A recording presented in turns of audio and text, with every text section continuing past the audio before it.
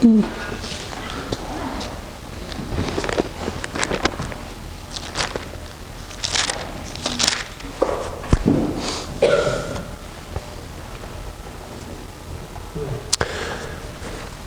est bien?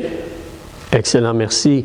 Alors, donc, on va parler ce matin d'une bonne mesure.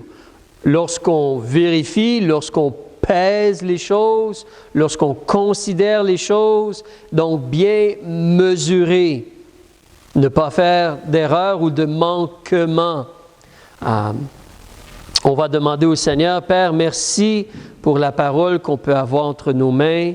On veut te demander, s'il te plaît, de vraiment nous instruire, nous encourager et nourrir notre âme par tes bonnes paroles. Parle à notre cœur, s'il te plaît, selon ce qui se passe dans nos vies, selon ce que nous avons besoin d'entendre ou de recevoir comme nourriture. Nous voulons demander ceci pour que toi, tu sois glorifié et par le nom de Jésus-Christ. Amen. Amen. Alors, nous terminons le sermon sur la montagne. On va le découper, ce qu'on va lire en certaines catégories peut-être, mais on veut parler de bonne mesure. On va parler pour débuter de jugement. Donc, on va lire les premiers 5 versets du chapitre 7. Verset 1, « Ne jugez point, afin que vous ne soyez point jugés. Car on vous jugera du même jugement dont vous jugez, et on vous mesurera de la même mesure dont vous mesurez.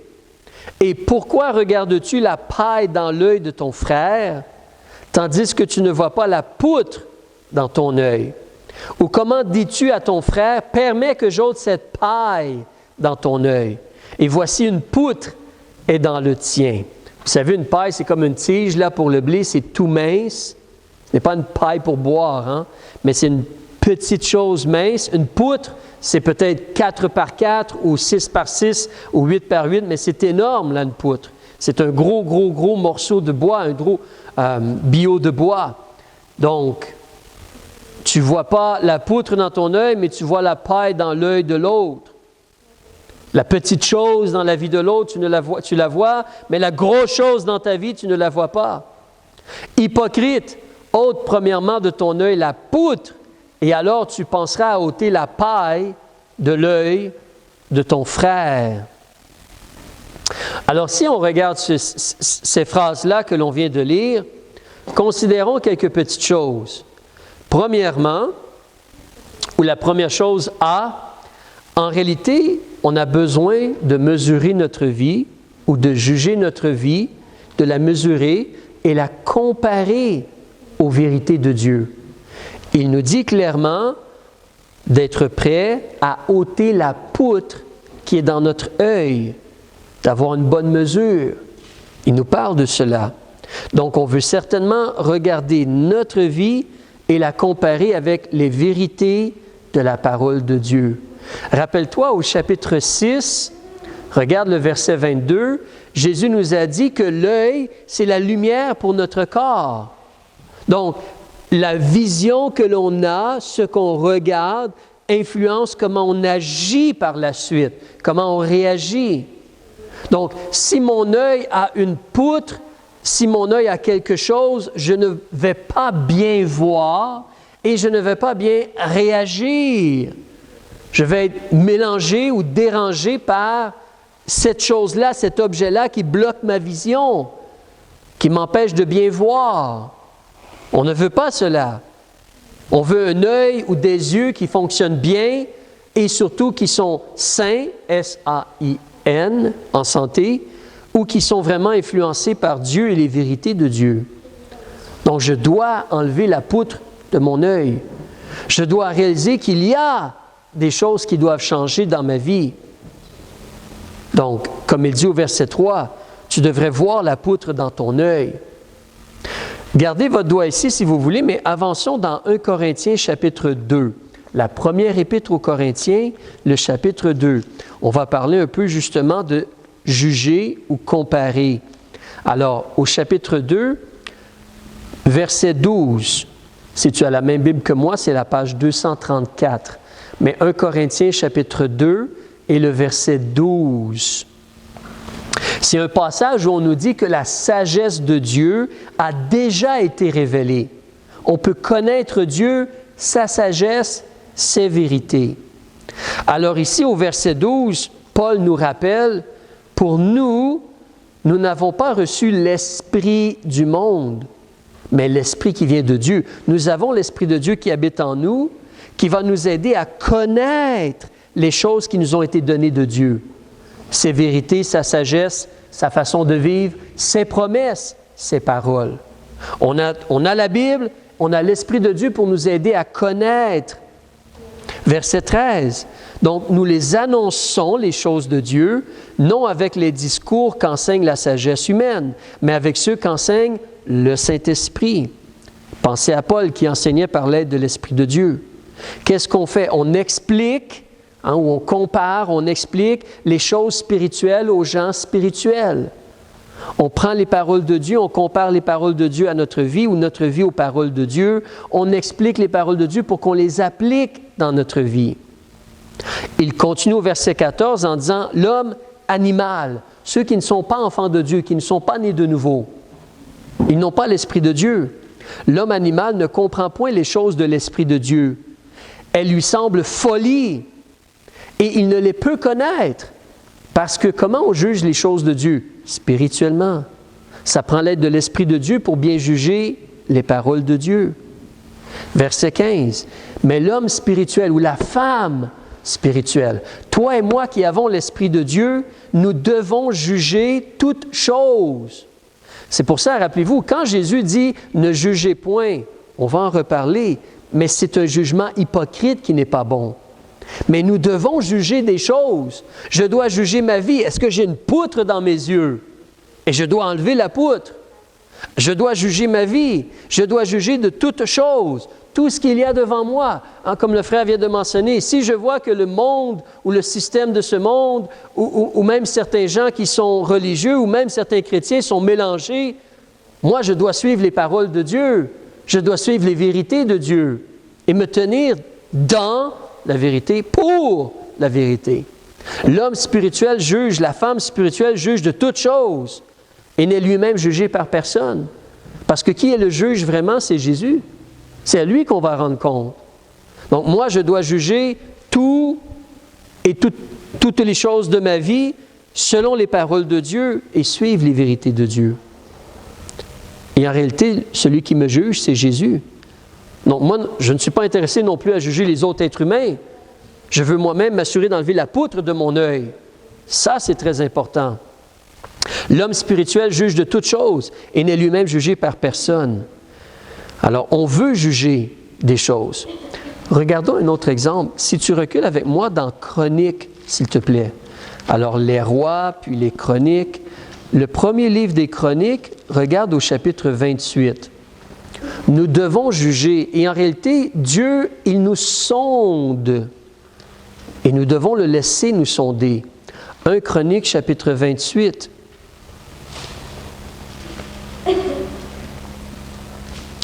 Page 567. Regardons le verset 9. David parle avec Salomon, son fils, qui va devenir roi. Mais au verset 9, David lui dit « Et toi, Salomon, mon fils, connais le Dieu de ton Père, le Dieu vivant, là, le vrai Dieu, et sers-le avec intégrité, un cœur entier, un cœur parfait. Sers-le avec intégrité de cœur et une âme empressée, parce que l'Éternel sonde tous les cœurs. Alors, qu'on le veuille ou non, Dieu sonde nos cœurs. Dieu regarde nos cœurs présentement. Dieu sonde nos cœurs et discerne tout dessein des pensées. Il sait à quoi tu penses, il sait ce que tu veux, il sait ce qu'il y a dans ton cœur. Il voit, lui, la poutre que tu as dans ton œil. Il veut que toi, tu la vois, puis que, par son aide, tu l'enlèves. Mais Dieu voit cela. Avancez au psaume 139, s'il vous plaît. Psaume 139.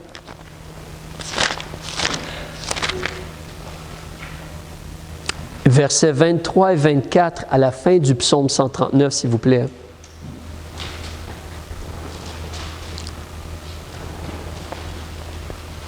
versets 23 et 24.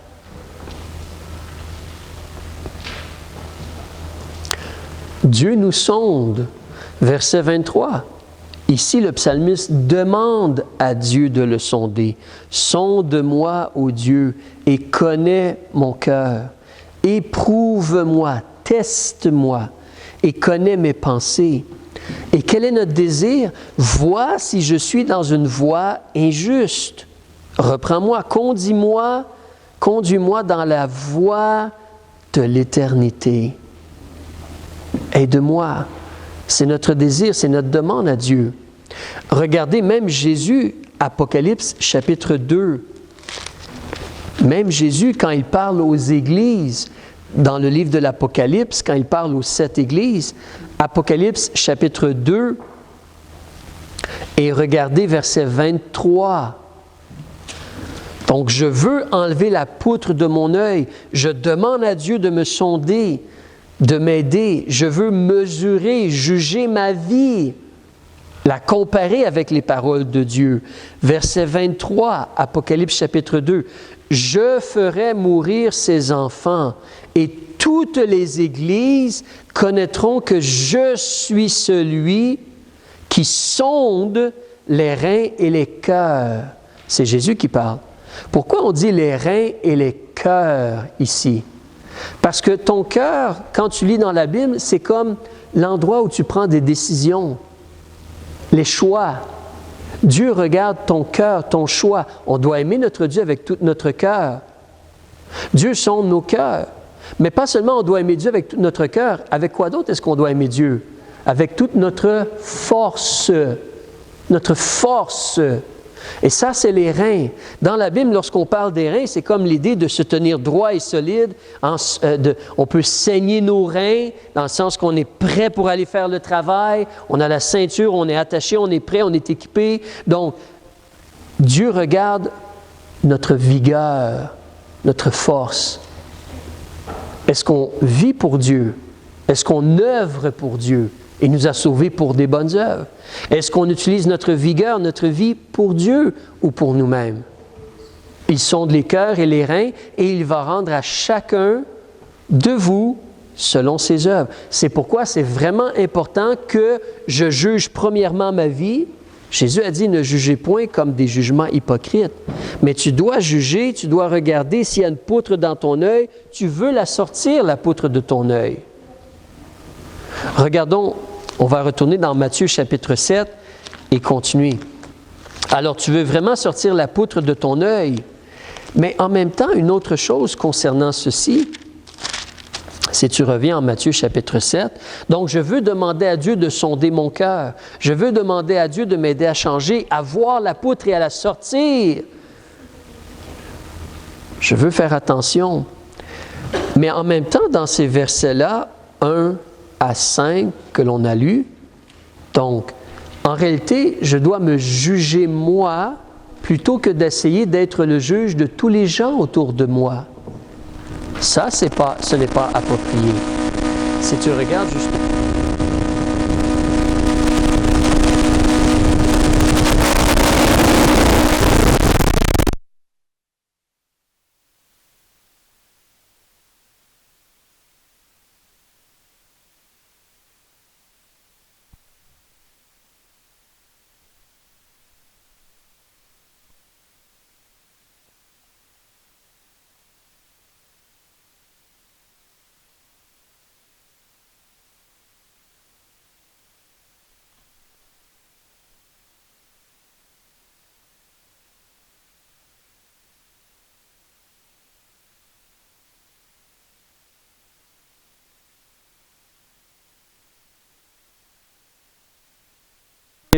envers moi-même pour essayer de faire sincèrement ce qui est le meilleur que je peux faire.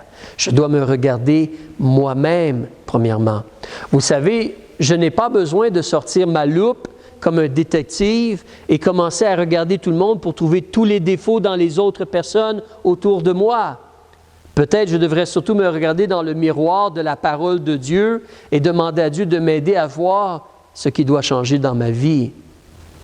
Donc, je ne veux pas mal juger, je ne veux pas mettre une mesure sur les autres que je ne mets même pas sur ma vie à moi. Ce serait hypocrite. En réalité, cependant, comme Jésus en parle, c'est bon de penser aux autres. Tu vois, au verset 5, il nous dit « ôte premièrement de ton œil la poutre, et alors tu vas penser à ôter la paille de l'œil de ton frère. » C'est correct de vouloir aider notre prochain. C'est correct de vouloir encourager quelqu'un à faire le bien. Même si c'est important, c'est de l'amour. Parce qu'on aime quelqu'un, on reprend et on corrige quelqu'un. On le fait sincèrement, pas hypocritement, mais sincèrement et pour son bien. On le fait de la bonne façon, avec douceur et amour. Des fois, on doit être peut-être ferme. Des fois, peut-être, on doit élever la voix parce que les gens n'écoutent pas. Mais on veut le faire parce qu'on veut les aider et les gagner à la vérité de Dieu. Alors, c'est correct de penser aux autres. Mais premièrement, toi, assure-toi d'avoir un cœur sincère et d'être en règle avec Dieu. Ensuite, certainement, pense à aider les autres ou à prier pour les autres aussi. Prier pour les autres concernant leur relation avec Dieu, leur obéissance à Dieu et des choses qui doivent changer peut-être dans leur vie. Mais premièrement, toi, regarde la poutre et vois cela.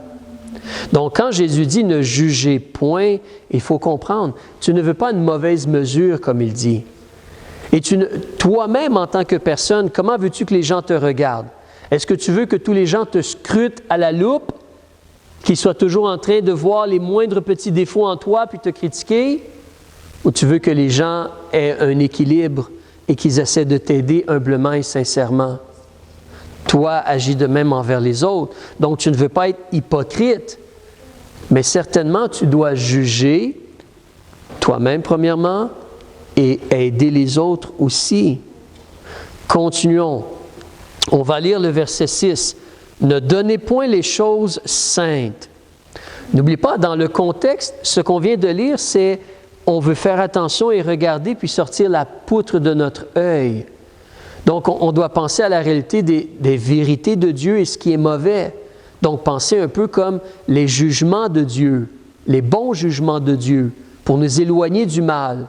Mais ne donnez point les choses saintes aux chiens, et ne jetez point vos perles, les choses qui ont une grande valeur, devant les pourceaux. Alors, comprenons, de nos jours, un chien est très bien vu dans notre société. Mais quand tu lis la parole de Dieu, tu vois que c'est un peu différent. Un chien, c'était plutôt un animal qui traînait dans la rue et qui dérangeait, qui n'avait pas grande valeur. Un chien, même, quand tu lis dans le Nouveau Testament, c'est plutôt quelqu'un qui est du dehors, comme des faux enseignants, comme des faux prophètes. Ce n'est pas quelqu'un qui a un amour ou un respect pour la parole de Dieu. Si tu veux garder ton doigt ici et regarder en Philippiens, Philippiens chapitre 1, chapitre 3 plutôt, verset 2, vous allez voir comment Paul parle de chiens. Alors, Philippiens chapitre 3 et verset 2, Dieu nous dit à travers Paul, « Prenez garde aux chiens, prenez garde aux mauvais ouvriers, les faux enseignants, les faux prophètes, prenez garde à la fausse circoncision, les gens seulement religieux, mais loin de la vérité de Dieu, qui n'ont pas la parole de Dieu, qui rejettent la parole de Dieu. Ils veulent une autre religion. » Alors, ça, c'est l'exemple de chien. Donc, ne donnez point les choses saintes aux chiens et ne jetez point vos perles devant les pourceaux. Vous connaissez un peu la Bible. Pour les Juifs, qu'est-ce qu'un pourceau? C'est le bébé d'un cochon, mais qu'est-ce qu'un cochon pour un Juif? C'est un impur. On ne touche pas à ça. C'est impur. Donc, ne donnez point les choses saintes aux chiens. Les jugements et les vérités de Dieu, il y a des gens qui n'ont aucun respect ou aucune appréciation pour les vérités de Dieu. Ils vont à la place fouler cela à leurs pieds, de peur qu'ils ne les foulent à leurs pieds et que se tournant, ils ne vous déchirent. Alors pensez les jugements ou les vérités de Dieu, les déclarations de Dieu. Il y a des gens qui se font un plaisir d'écraser les vérités de Dieu, de piler dessus, de se moquer des vérités de Dieu, et même se tourner contre nous puis essayer de nous déchirer. Donc, des fois, il est mieux de tout simplement fermer notre bouche. Ça ne vaut même pas la peine de parler avec ces gens-là. Vous vous rappelez, Jésus avec les chefs religieux, quand eux voulaient argumenter, Jésus s'en allait. Dans plusieurs cas, ça ne vaut pas la peine. Alors, les choses saintes, les vérités de Dieu qui devraient nous aider à sortir les poutres de nos yeux, ces gens-là, justement, vont fouler cela sous leurs pieds, se moquer des paroles de Dieu et des vérités de Dieu. Ça ne vaut même pas la peine. Ne leur donne pas, ne perds pas ton temps, dans un sens. Même, ils vont agir contre toi. Alors, ça peut nous faire réfléchir. Il y a peut-être plus de choses aussi qu'on pourrait en tirer, mais on doit considérer un peu cela. Les paroles et les vérités de Dieu, il y a des gens qui se moquent de cela. Alors, on continue dans une autre section. On va parler maintenant, si on continue au verset 7, on va parler maintenant ici de l'importance d'apprendre à demander ou vraiment croire dans la bonté, dans l'amour de notre Dieu. Alors, on va lire verset 7 jusqu'au verset 11. « Demandez et on vous donnera. Cherchez et vous trouverez. Heurtez », ça veut dire comme frapper à la porte. C'est une vieille façon de le dire en français. Mais heurtez et on vous ouvrira. Car quiconque demande reçoit, et qui cherche trouve, et l'on ouvre à celui qui heurte. Et quel est l'homme d'entre vous qui donne une pierre à son fils, s'il lui demande du pain? Et s'il demande du poisson, lui donnera-t-il un serpent?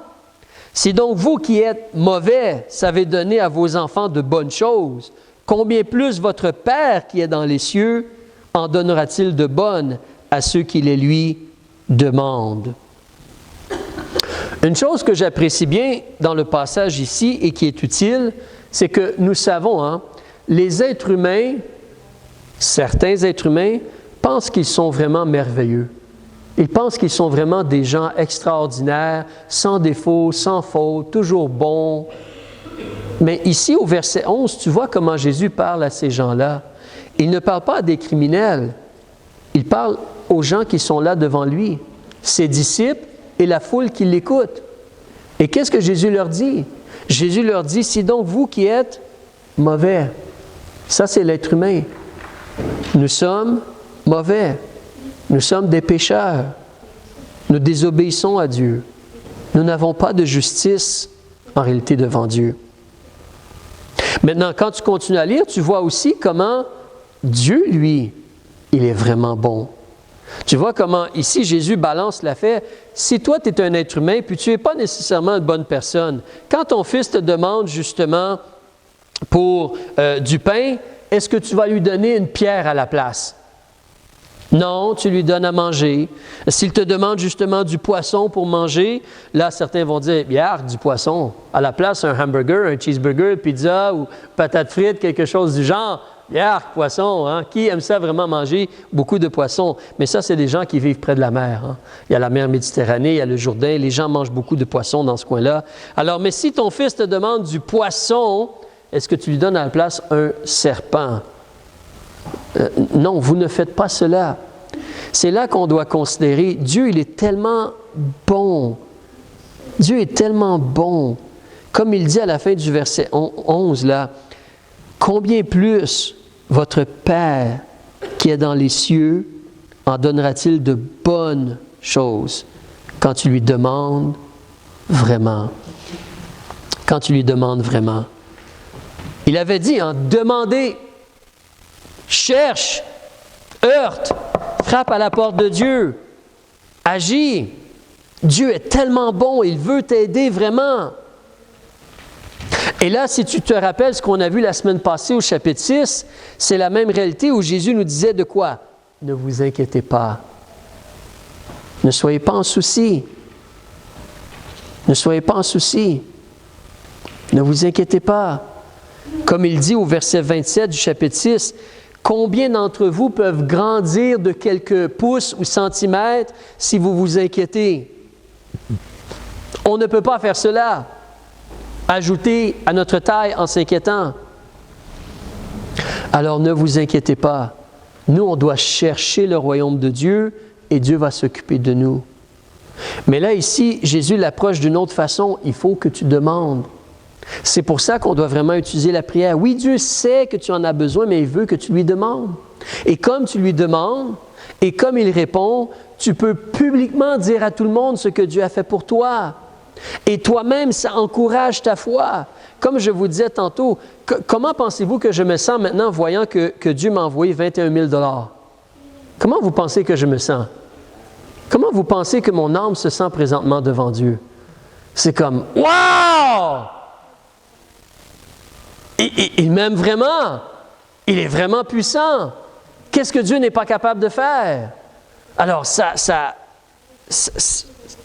donne un énorme boost à ma foi et ma relation avec lui. Et ça me permet de le faire connaître. Mais Dieu est vraiment glorifié. Et voyez-vous, ça, c'est le danger des fois. C'est le danger des fois où, justement, on ne croit pas que Dieu est capable de le faire. On doute. On s'inquiète à la place. Ou on se replie sur nous-mêmes. Ou on lance la serviette, on est prêt à abandonner. Et à tout laisser, ou quoi que ce soit. Mais il faut vraiment utiliser cette promesse et cette réalité que Dieu se soucie de nous. Dieu veut, Dieu peut, Dieu va, il va agir. C'est une confiance en Dieu. Et aussi une rapidité à aller donc pour demander, à ne pas attendre. À ne pas attendre. Souvent, le problème, justement, c'est qu'on n'en parle pas avec Dieu. On ne prie pas à Dieu. On essaie par nous-mêmes à la place. Et ça, c'est les grandes choses comme les petites choses. Même les petites choses qui sont des irritants dans notre vie. De vraiment tout de suite aller en parler avec Dieu. Tout de suite aller frapper à la porte de Dieu et demander son aide, demander sa grâce, demander son soutien, demander sa paix. Vraiment de demander, de savoir que si on demande, on peut recevoir. Si on cherche, on va vraiment trouver. Si on heurte, il va vraiment ouvrir la porte et nous aider. Il va nous aider. C'est là, comme on en a parlé au chapitre 6, aussi la prière. Hein? On reconnaît deux aspects à la prière. C'est-à-dire que moi, je veux être soumis. Tu te rappelles, Jésus a dit, on prie quoi? On prie que le règne de Dieu vienne, que la volonté de Dieu soit faite. On prie pour cela, on se soumet vraiment à lui. Ça, c'est une partie de la prière. L'autre partie, c'est qu'on demande vraiment, on supplie vraiment, rapidement et continuellement. On utilise l'outil ou la puissance de Dieu, la prière. Garde ton doigt ici, regarde ou recule avec moi en Daniel. Le livre de Monsieur Daniel. C'est vraiment un bon livre à lire, Daniel. Mais Daniel, chapitre 9, je veux te faire remarquer les mots que Daniel a utilisés quand il a prié. Alors, Daniel, chapitre 9, s'il te plaît.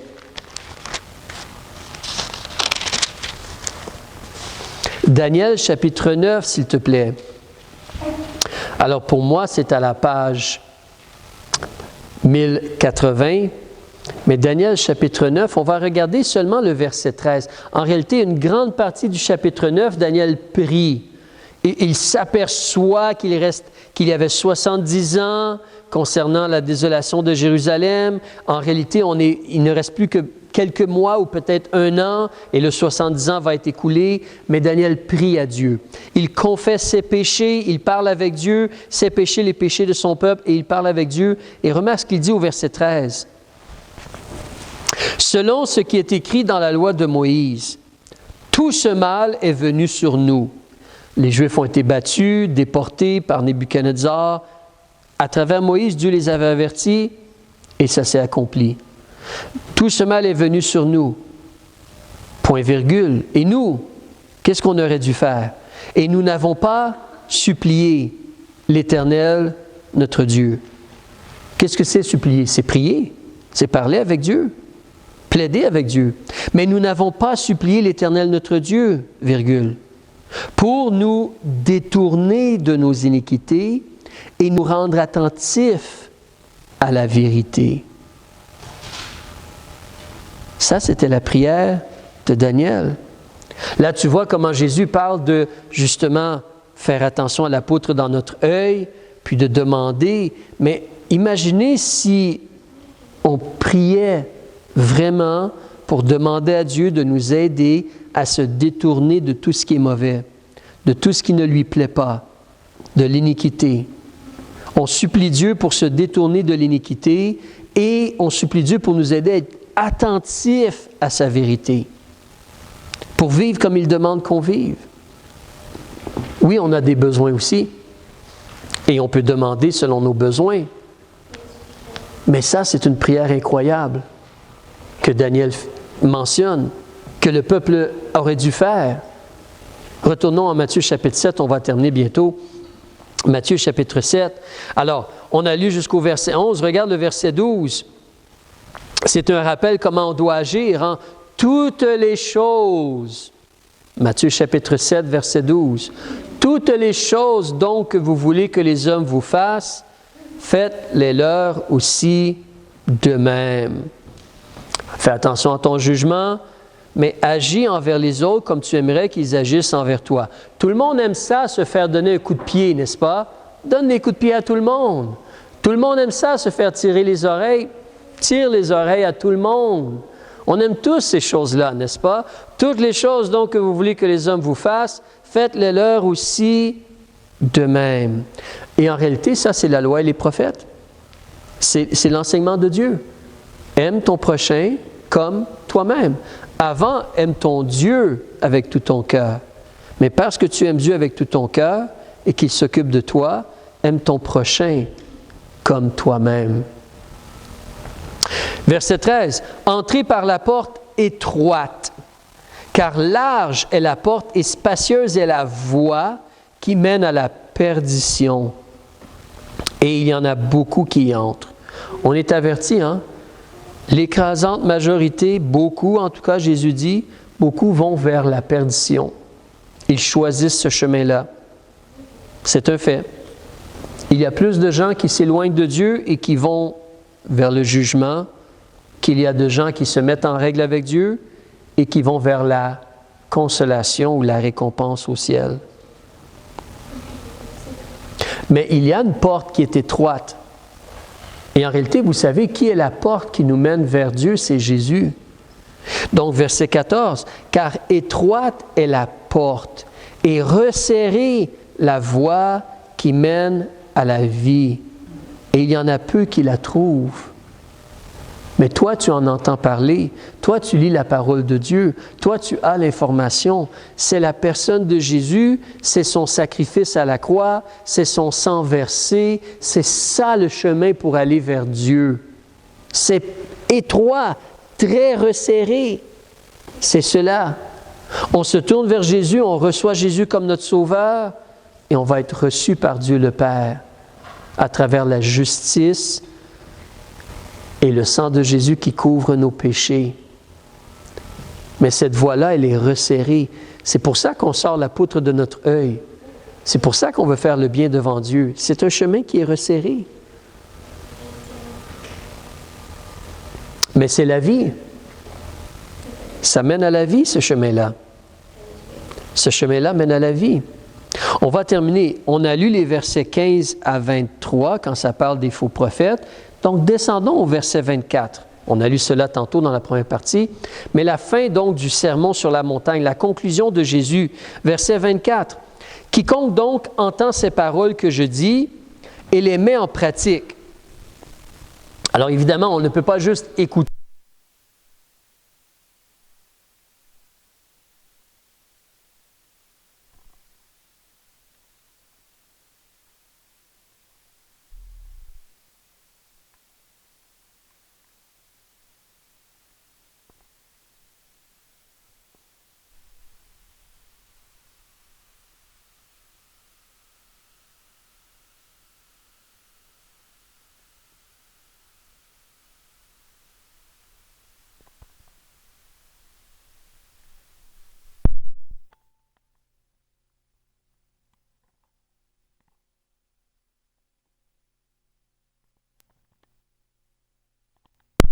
va être comparé à un homme insensé qui a bâti sa maison sur le sable. Et la pluie est tombée, et les torrents se sont débordés, et les vents ont soufflé et ont fondu sur cette maison-là. Elle est tombée et sa ruine a été grande. Or, quand Jésus eut achevé ses discours, le peuple a été étonné de son enseignement, de sa doctrine, parce qu'il les enseignait comme ayant l'autorité, pas comme les scribes enseignaient. Parce lui, c'était la parole de Dieu faite chair. C'était la vérité faite chair. Et c'était les vérités de Dieu qu'il partageait. Mais les gens sont étonnés. C'est là que tu ne veux pas seulement être étonné par les enseignements de Jésus. Ici, le discours qui a été fait, on doit chercher à l'appliquer dans notre vie. C'est pour ça que toi et moi, si tu recules avec moi au chapitre 5, quand on a débuté, ça, c'est les enseignements de Jésus. On fait une petite récapitulation, puis on conclut. Mais au chapitre 5, tu peux voir comment Jésus nous a dit, présentement, on est béni quand on cherche vraiment la face de Dieu et on espère en Dieu. On supporte ce qui se passe. On a peut-être faim et soif de la justice, mais on va être rassasié. Peut-être qu'on est persécuté, mais on est heureux et on se réjouit. Notre récompense, elle est dans les cieux. On ne vit pas seulement pour le présent, on vit dans la réalité qu'en Dieu, on a la récompense. Nous, on doit être le sel et la lumière. Il nous en parle dans les versets 13-14. On doit être le sel et la lumière. Chaque petit commandement de Dieu doit être observé. On en a parlé au verset 19 du chapitre 5. Chaque petit commandement de Dieu doit être observé. Si tu te rappelles, à la fin du chapitre 5, on a la réalité qu'on veut être parfait comme notre Père céleste. Donc, ce n'est pas seulement de juste dire qu'on n'aille pas, qu'on ne tue pas quelqu'un, mais dans notre cœur, on ne veut même pas haïr quelqu'un. Ce n'est pas juste de ne pas aller vers une autre femme, mais même regarder une autre femme. Faire attention à notre bouche. Comment on parle? On veut aimer notre ennemi même. On veut être parfait comme notre Père céleste. On a vu la semaine passée, on veut certainement faire des aumônes, ou jeûner, ou prier, mais surtout devant Dieu, entre nous et Dieu. Et on veut son règne et sa volonté. On veut surveiller notre cœur, nos yeux, faire attention. Au chapitre 6, verset 24, tu te rappelles, on ne peut pas avoir deux maîtres. Un seul maître, c'est le Seigneur Dieu. On veut apprendre à ne pas s'inquiéter, mais vraiment remettre les choses entre les mains de Dieu. Chercher premièrement le royaume de Dieu. Puis aujourd'hui, on ajoute, on voit qu'on veut avoir un bon jugement. Et vraiment utiliser la prière, la demander, chercher, heurter, laisser entre les mains de Dieu. On veut vraiment agir envers les autres comme on voudrait qu'ils agissent envers nous. Et tantôt, comme on a vu, on veut vraiment faire attention aux faux prophètes et dénoncer les faux prophètes. On veut faire attention. On veut bâtir notre vie sur le roc. Jésus, ici, débute son ministère. Il a les disciples avec lui, ils sont sur une montagne, il y a une foule aussi devant lui, mais Jésus leur dit, ça, c'est être un disciple de Jésus. Ça, c'est les choses de notre vie. Et ça, c'est avoir une justice qui surpasse celle des scribes et des pharisiens. Ça, c'est vraiment essayer d'être comme notre Père qui est au ciel. Alors, eux ont entendu cela, puis nous, on entend cela, mais c'est à nous de choisir justement, à nous de demander au Seigneur de nous aider à appliquer cela dans notre vie. Comme on a vu avec Daniel, c'est à nous de supplier Dieu de nous aider à se détourner de ce qui est mauvais et être attentifs à la vérité pour l'appliquer dans notre vie. Pour l'appliquer dans notre vie. Nous, on est des disciples de Jésus-Christ. Et nous, on lit le sermon sur la montagne, puis on veut surtout l'appliquer dans notre vie et faire attention. On va prier en terminant. Père, on veut te remercier donc. Oui, ton enseignement est bon, Seigneur Jésus. Je prie que tu nous aides. C'est à nous présentement de décider quel genre de maison, quel genre de vie, Quel genre de famille, quel genre d'église veut-on bâtir? On veut tes vérités, on veut tes paroles, on veut tes enseignements. On veut être attentif à ce que tu dis pour vraiment appliquer cela dans notre vie. Le suivre, vivre selon. On veut faire attention pour chercher premièrement le royaume de Dieu et sa justice. Et espérer en toi pour toutes choses.